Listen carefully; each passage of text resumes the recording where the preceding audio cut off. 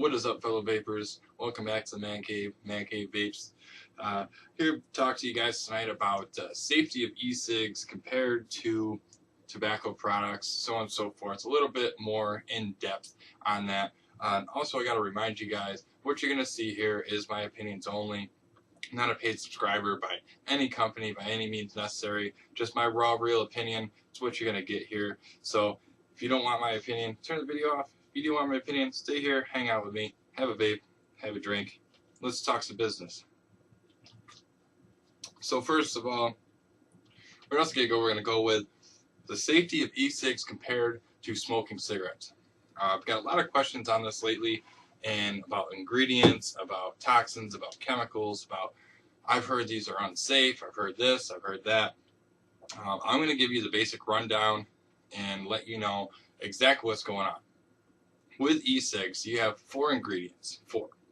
You have your propylene glycol, you have your vegetable glycerin, you have your nicotine, and you have your flavor. 4 ingredients. That's it. No burning, no toxins, no chemicals, no tars, no carcinogens, no cancer-causing ingredients as such that you get with cigarettes. Cigarettes have over 1,000 chemicals in them. Each time you're puffing on a cigarette, you're inhaling 1,000 different chemicals. I've used this analogy a couple different times. It's kind of like a difference between, hey, would you like to have some fresh oxygen, or would you like to suck off my tailpipe? It's really that big of a difference when you come to think about it, because you're inhaling water vapor and nicotine, which causes no to minimal health risk, compared to thousands and thousands of chemicals that you're getting from each time you smoke a cigarette. This is a safer alternative to smoking. There's been lots of studies that pose a minimal health risk to using an e-cig or vaping, and vaping with fluids. They say a minimal health risk. They have not been deemed completely safe due to allergies. Some people have natural fruit allergies, like the stuff we carry at Queen City Vapor. All of our stuff is made with natural and organic things. So if you are naturally allergic to strawberries or blueberries or raspberries or bananas or anything in that area that you may be allergic to, stay away from the fluids, because they may have a negative reaction to your body because you've been allergic to them in eating form. You're still going to be allergic to them in the vapor form. That is, if they're made with natural ingredients. If they're not, then you may not have an issue, or you may have an issue still. I'm not sure. It's just what I'm saying is that that's why they have not been deemed clinically safe. Now, as far as the PG goes, this is really confusing to me, by the way. The FDA has not approved propylene glycol, which is your PG, for use of inhalation, but yet it is approved in your asthma inhalers or your nebulizer treatments. That's one of the main ingredients in both of those things. For someone who has asthma or has, chronic bronchitis or stuff like that, who use an inhaler, propylene glycol is in there, and those are FDA approved. So why are e-cigs not FDA approved? That they have the same ingredient, and they're still sticking to the story to this day that that is what they will not approve, is the propylene glycol for inhalation to the lungs. No other health risk, no other concern, just in that form of us using or ingesting propylene glycol, it cannot be approved, so they say. But it's in inhalers. So take what you will on that note. I'm not really sure why it's not. That's just how it goes, I guess. Lately in the news, this is something that's really, really, excuse my language, but pissing me off. They are blowing up the news, saying that e-cigs are marketed towards kids, that minors are going to begin to use these as now. This is a new one. This is a new one. I heard this today, that e-cigarettes is now a gateway to smoking. You believe that? A gateway to smoking. I don't get it. They're saying that kids are going to start with vaping, and it's going to turn them on to smoking cigarettes. This doesn't make any sense whatsoever. I am very confused by that. I never thought that a safer alternative to smoking, saving people's lives, negating cancer, killing our lungs, getting tar and cancer-causing ingredients and chemicals and tars and carcinogens, and negating all of that to give us previous smokers or converting smokers, a safer alternative to still get our nicotine and have that smoking sensation, is now being deemed a gateway to smoking cigarettes. Asinine. Completely asinine. These were never marketed towards kids. They were never in the lifetime marketed towards kids. And they keep on using they're fruit flavored, they're gum flavored. Adults don't like fruit flavored juice. They don't like fruit flavored alcohol. I mean, adults like fruit flavored things. Adults are still in the same area when it comes to different types of flavors as children. They're not marketed towards children. There's never been an ad campaign even suggesting towards children whatsoever. The fruit flavors and the beverage flavors and all that, I still think that's a complete joke. There's no reason why they should think these are marketed towards kids. We just enjoy different flavors. I myself love the fruity flavors. That's just how I vape. I'm way far away from the tobacco flavors. I don't like anything that involves cigarettes anymore. I'm done smoking cigarettes. I'm almost on a year now, and I smoked for 15 years, and I enjoy a variety of different flavors. These were never marketed towards kids. It's just their last excuse to try to get some community or some global, drama going on about e-cigarettes and trying to get rid of them and trying to ban them and so on and so forth as far as that goes.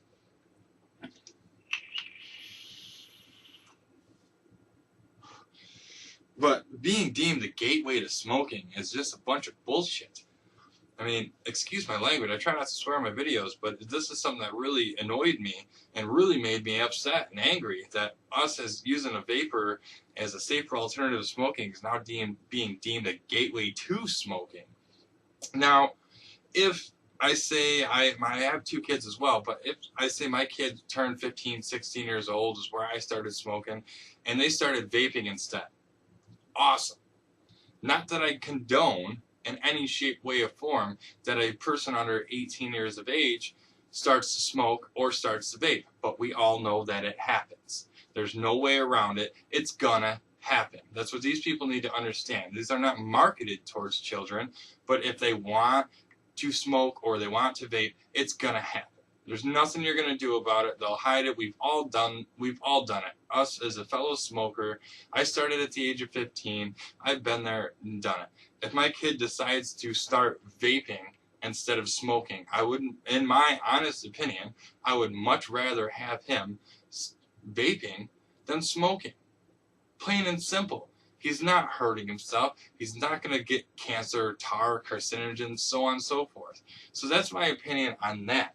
No, it's not marketed to kids. No, I don't condone under the age of 18 vaping, but I would 100% much rather have my child, or any other young adult in the age of 15 or 16 getting a vaporizer or an e-cigarette and using that in comparison to smoking. Or if they already did start smoking and the parents know about it, come in and go buy them an e-cigarette. Maybe they can quit from that.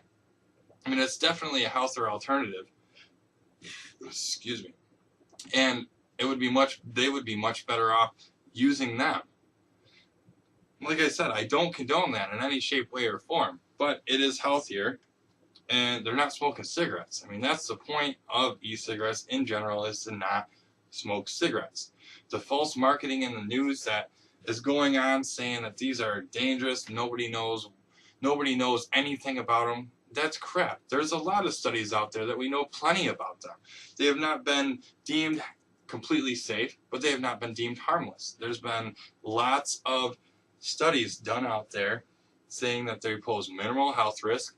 There have been lots of studies saying that the health risk was so minimal it wasn't even worth reporting. There was nothing on these studies that could say that these are dangerous and pose a health risk to you. Cigarettes have been deemed dangerous for a long time. They have 1,000 chemicals in them that are dangerous.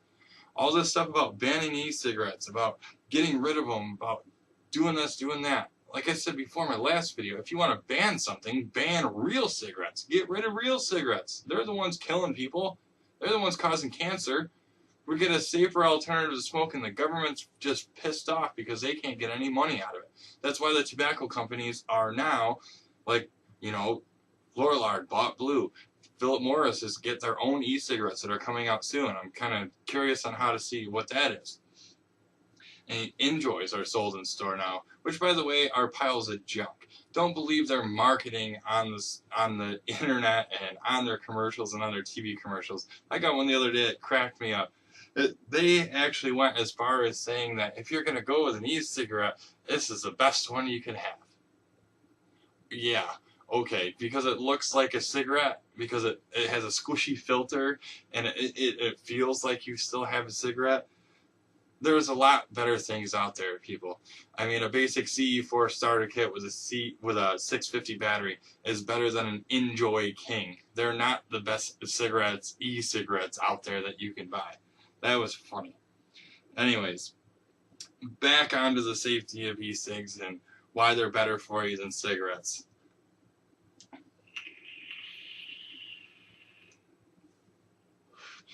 We've already went over why they have not been deemed completely safe, and it's just due to mild allergies. Some people have an allergy to the PG, which is a propylene glycol. Also on that, lately I've had a couple of customers come in and say, oh, well, I heard that some of the ingredients that you had that are in e-liquid are in antifreeze. That's a long, old story, and it was confused with propylene glycol. It was called ditrethylamine or something in that along the lines. I don't really know how to pronounce it, but they were confused with each other. Back in 2009 or 2010, when e-cigarettes first came out, I'm just going to explain this to you so everybody knows if you've ever heard this story. This is the truth to it. Not just my opinion, this is exactly what happened. Back in 2009, 2010, somewhere around there, when e-cigarettes first came out, when we were, us vapors were stuck to just China-made products, spending about $100 and some on a starter kit, and everything was from China. I mean, even the fluid was from China. That's on a side note. Do not buy your fluid from China. Just don't do it. If you see anything that's not USA made, even though the price may be tempting, you could probably get a 60 ml bottle for like $10 or something from China. Do not buy your fluids from China. They are unregulated. They don't have any clue. They may have, but we will not have any clue whatsoever what they put in their fluid. It's not for main ingredients. It may cause you harm. A long time ago I experienced with it. Nick also down at the store had an experience with it a few years back. It gave him chest pains, it gave him headaches, it gave him nausea. It did the same thing to me. So even though the price point on their fluid, if it's not USA made, do not buy it. And it also may have the dimethanol in there as well, which is unsafe for you. That is an ingredient that's also an antifreeze. So back on the lines of the confusion part, all of our fluids at Queen City Vapor and the majority of the places around here or vendors that are USA made are dimethanol free. They do not have that ingredient in there. And so now on the study of where this first came about was around 2009, 2010. They did a study on e-fluid, and they did like 100 samples. And out of those 100 samples that they tested out, 2 or 3 of them had small traces of dimethanol in them. So that's where the whole story got completely blown out of proportion, because that word was associated with antifreeze, and out of 100 samples of all these random juice that they tried, 3 of them had small, minute traces of dimethanol in them. So that is where that study came from, but of course on the news it's going to get blown out of proportion, and it's going to say all e-cigarettes and all e-cigarette fluids have ingredients commonly known in antifreeze. It's a line of crap. Just like everything else on news, just like all the other false reports, they take a little bitty piece of information and they just blow it out of proportion and they just make it completely asinine. And that brings me to another point where stupid people cause a lot of problems. The reason why I say stupid people cause a lot of problems is because everybody has an opinion. Even if they have no idea what they're talking about, sometimes they feel like they got to jump in and just say, oh, I've heard this, and I've heard that, and I've heard that. And they stir up a whole big pot of crap.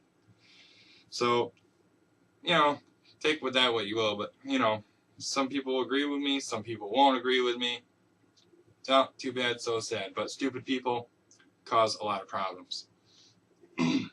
So that whole deal got really blown out of proportion a few years back, and now for some reason it's came full circle, and now it's back in the genre of the normal vape community and vape talk.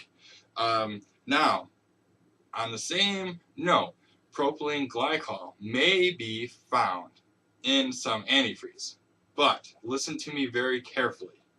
Just because it's in antifreeze does not mean that it is dangerous. The reason why, excuse me, the reason why they've used propylene glycol now in antifreeze to substitute some other dangerous chemicals. The reason why they put it in antifreeze is to make it safer. Safer. Not more dangerous, to make it safer. They removed some other chemicals and replaced it with the binder of propylene glycol. Reason being, for ingestion purposes. If pets or a child was to get a hold of it and induce it via drinking it, it makes it less toxic to them if they were to ingest it. So if you do just happen to be in Walmart or be somewhere and you pick it up and you see, oh my God, propylene glycol. Oh my God, that's in my antifreeze. It's in the antifreeze to make it safer. That's the only reason why it's in there. It replaces about 2 to 3 other chemicals in antifreeze to make it safer in case of accidental pet or child indigestion. Ingestion, sorry, not indigestion. Ingestion. So if they were to eat it, swallow it, drink it, it makes it safer for them. So you may see it. You may see it. I mean, you see propylene glycol in a lot of different things. It's just a binder ingredient. I mean, it's in your toothpaste, it's in peanut butter, it's in a million different things. If you just want to get bored one day and start looking through your cupboards and looking through your products, you'll find it in a lot of things that we do ingest on a daily basis.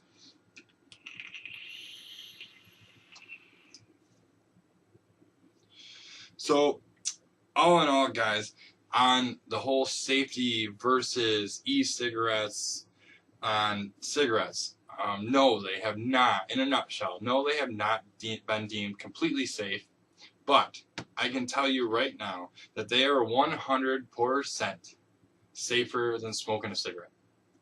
So may down the road, or does it pose maybe a minimal health risk, which has not been proven whatsoever now as of today, as we sit here on the 24th of February at 10:45 at night?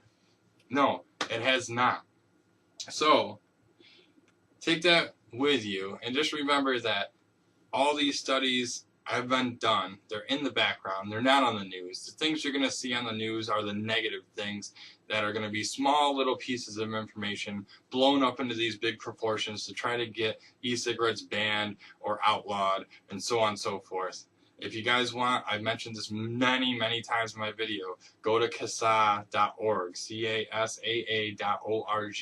These guys have all the links to the clinical studies that have been done as far as e-cigs and safety goes. They also have list everything to do. They keep completely up to date on everything with a call to actions. If there's a bill being passed, if there's a bill in order to be passed, where you can call, email the people putting these bills in and help out your fellow vapors. On a little side note, at the end of this video, as I'm speaking of CASAA, CASAA, not K, CASAA, not like the old music program, CASAA, CASAA. It's Consumer Advocate Smoker Alternatives Association. Those guys have posted recently, Utah's in trouble. Utah is looking at putting in they're going to raise the age of smoking and the age of vaping, or tobacco substitutes as they call it, or smoking alternatives, to 21. Not so bad, no big deal as far as that goes. Cool, 21's all right. But this is the killer. Utah is looking at banning all online sales to residents of Utah. Residents, not selling through Utah, banning to sales of residents in Utah, which means if you live in Utah, if this bill passes, you will no longer legally be able to buy any supplies, any vaping supplies, fluid, atomizers, cartomizers, batteries, coils, anything to do with vaping. You will no longer legally be able to buy those online from anywhere in the world if you live in Utah. That's a pretty stiff bill.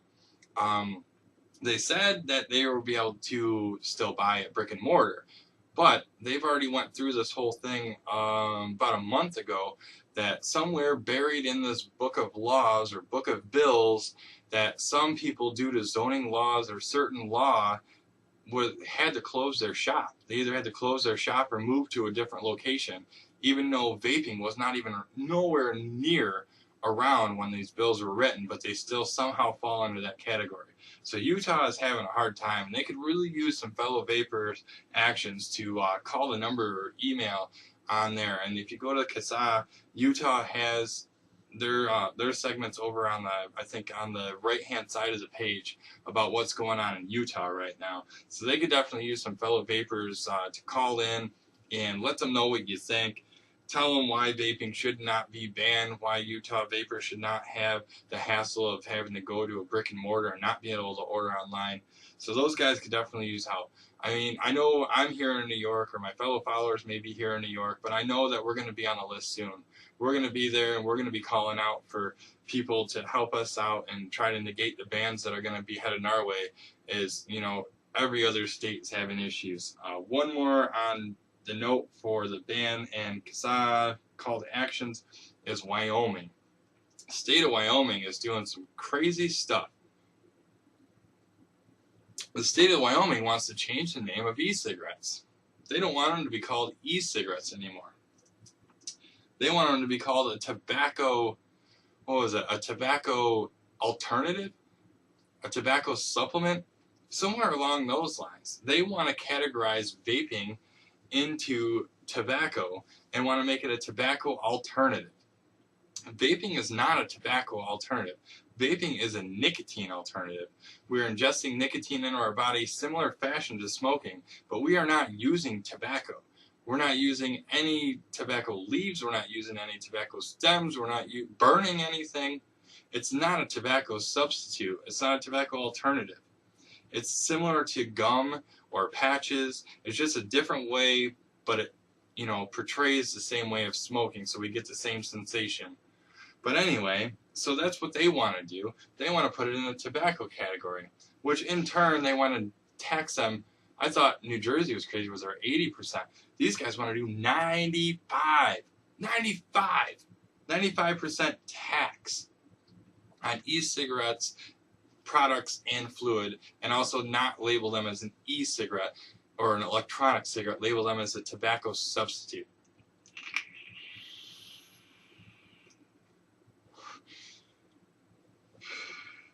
Really, guys? A tobacco substitute.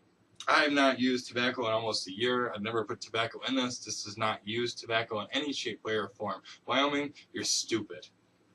Tobacco is a completely different thing than e-cigarettes. This whole thing on the whole idea of why we're getting so much negative attention as far as being a vapor and doing something safer when it comes to cigarettes. In New York a while back, as far as the safety-wise goes, they wanted to raise the sales tax. They wanted to put a death tax on cigarettes because of all the people that have been dying from cigarettes. And then we got, what, 4 or 5 different taxes on cigarettes that raised this price from $5 to $10 a pack. I don't know where you guys are from, but in New York, regular New York, not New York City, just Western New York in general, they're $10 a pack. Or if you wanted to buy, for some odd reason, you wanted to buy a carton at a local store, it's about $100. So, according to the government, according to the Tobacco Association and Surgeon General's warning, the reason why they raised the price of cigarettes was to help people quit smoking. Bullshit. They didn't raise the price of cigarettes to help people quit smoking. They raised the price of cigarettes because they knew people were addicted to nicotine and they could get a lot more money out of the nicotine smokers that will pay no matter what price it is, whether you're going to the res or whether you're going to the local store when you're out of cigarettes and don't feel like driving to the res, you're still going to pay the price. And everybody still does. I don't know anybody who has quit smoking because it got too expensive or because, oh, they're $10 a pack now. No, you suck it up and you still pay for the cigarettes. I did it. I know a lot of people who did it. If that truly was the case, I think I mentioned this before, but if that, in my honest, logical opinion, if that truly was the case, they'd be all for electronic cigarettes because, hey, everybody's quitting, yay, great. That's what they would be for. If that tax that they put on there was really to help people quit smoking, they'd be behind us and our vaping community and everybody who vapes and using a safer alternative to smoking, and they would be right on our backs, backing us 110%, which I really hope that someday this will turn around and people will see this vaping as a great, safer alternative to smoking, and it's saving people's lives. It literally is saving people's lives. I've got people at the store that are been smoking for 30 years, 20 years, 2 packs a day, didn't know if it was going to work or not. They tried it out just for sake because they wanted to save their life. They wanted to quit smoking. They said, I don't know if it's going to work for me. I do smoke a lot. I smoke like 2 packs a day, but I'm going to try it out because I care about my health. I care about my kids. I care about my health. I want to do something better for me. It took about a week or 2 weeks for some of the people who have smoked 2 or 3 packs a day, but within the first week or 2 weeks, they've cut down to like a half a pack. And from 2 packs to a half a pack a day, that's a huge improvement. And then I see them about 2 weeks later and they completely quit and they're just using vaping. One other thing on that I've touched on a lot with a few different people. I've had people come into the store or just talk to me in general because they know that I've got a lot of knowledge in vaping and I've been doing it for a while. I've had questions and concerns. People coming in and asking me about a heavy feeling or an expansion feeling in their chest or a tightness or a mild discomfort or pain in their chest area or lung area. One thing I did find out too that I thought was pretty interesting when I was sick is that you never actually can feel pain in your lung because your lungs do not have any nerve endings or pain sensors. So actually all the feeling that you do feel when you're sick or maybe, when you're getting back from smoking, which is I'm about ready to get onto, is actually the tightness or the muscles in your chest cavity or around your ribs or around the lungs in general. So that was kind of a neat little thing that I learned when I was sick, looking up that your lungs actually never feel pain, even though it feels like it's there. So what I'm trying to get to is I went through this exactly the exact same thing. When you're vaping, and if you've smoked for quite a while, if you start, I'm going to say it's probably going to be around, it could be different for everybody, but it could be right around 2 to 3 months after you've completely quit smoking. Your body does tend back to readjust to lacking the chemicals and other things that were now not in your system anymore from tobacco and from cigarettes. There are other things in cigarettes that your body is addicted to, but nicotine is the #1 thing. And what happens? Number one, I experienced this myself. If you're in about 2 to 3 months, you're going to start feeling a little bit of a mild discomfort in your chest cavity, in your chest area. It may be tight, it may be mildly discomfort or mildly painful. But if the feeling feels like balloons expanding in your chest, or if you work out, or if you have ever worked out and you've done the butterflies where you do this thing here and your chest, like after a couple days, feels real tight, kind of hurting, or it feels like it's expanding. And you are going to experience this after you quit smoking. Reason being, what is happening is that your lungs, after, say you've smoked for 10, 15 years, maybe 30 years, your lungs are basically shriveled up little raisins in there from where they used to be a full cavity, large lung. And what happens over time is that you're continuously dissipating your lung concentrate, and they're getting down and they're squeezing in and they're becoming smaller and smaller and smaller the more you deteriorate them with tobacco, tar, and everything else. So what happens once you start quitting is that your lungs start to expand slowly, and they expand and they expand and they expand because your lungs are able to retain the moisture and get rid of the tar, and you start to heal. So if you smoked for a long time and your lungs were about this big inside your chest here, your chest cavity as well has also gotten smaller to adjust to your lungs being smaller and being deteriorated. So now that once you've quit in 2 to 3 months of time, your lungs are going to increase in size by like 2 to 3 times the amount. So therefore, your chest cavity is going to be in a little bit of minor discomfort because your lungs are getting bigger in a smaller cavity. So once that will go away, once your lungs get back into full size and are able to full functionality again, they're going to start healing and they're going to start removing all that tar and all the damage that you've done to it.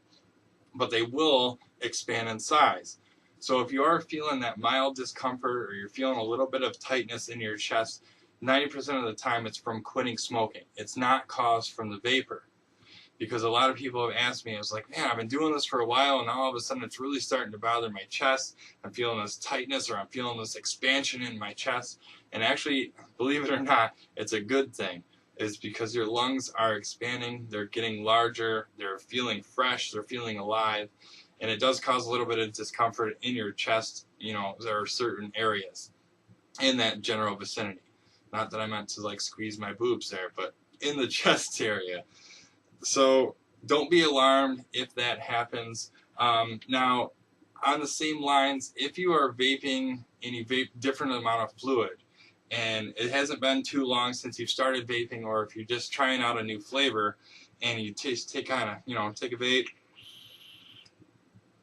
and you've been vaping on it for like maybe like an hour or two or half an hour, and it's a new flavor to you, and you notice some like pains in your lungs or in your throat or in your chest, I would suggest stop using that flavor. I have a flavor myself, which is blueberry. I'm not allergic to blueberries. I eat them all the time, but I cannot vape a blueberry. It really bothers my chest. It bothers my lungs. It bothers my throat. I don't know what it is about it. I couldn't tell you what it is, but apparently it doesn't agree with me, so I don't use it anymore. And the reason how I found that out is that I tried it out, and then one day I felt a little off. I'm like, man, I don't know what this is from. So I stopped using it for a while, and I put it on the back shelf, and then I tried it again, and I got that same feeling. And I'm like, oh, it must be this fluid or something. So I gave it the benefit of the doubt, and I tried again, and I went away from it for a long time, and I got the craving for blueberry because I really liked it. And I went back to it, and I got that same feeling. I still got that sharp pain and like needles in my lungs or chest, and I'm like, ugh. I guess I can't do blueberry. I mean, it could be a mild allergy to whatever is in the fluid. So that's my little spec on that thing, guys. I just wanted to touch base on that because I've had a lot of questions where people think that vaping was negatively affecting them. All in all, guys, it's 100% cigarette, 100% safer than cigarettes. It's a safer alternative, minus all the false marketing and everything else that's going on. Thanks for stopping by, guys. Thanks for sticking with me, as I know it's a longer video. I hope you guys enjoyed what you got here. I hope you watched the whole video. Thanks for stopping by, Man Cave Vapes. We'll see you again.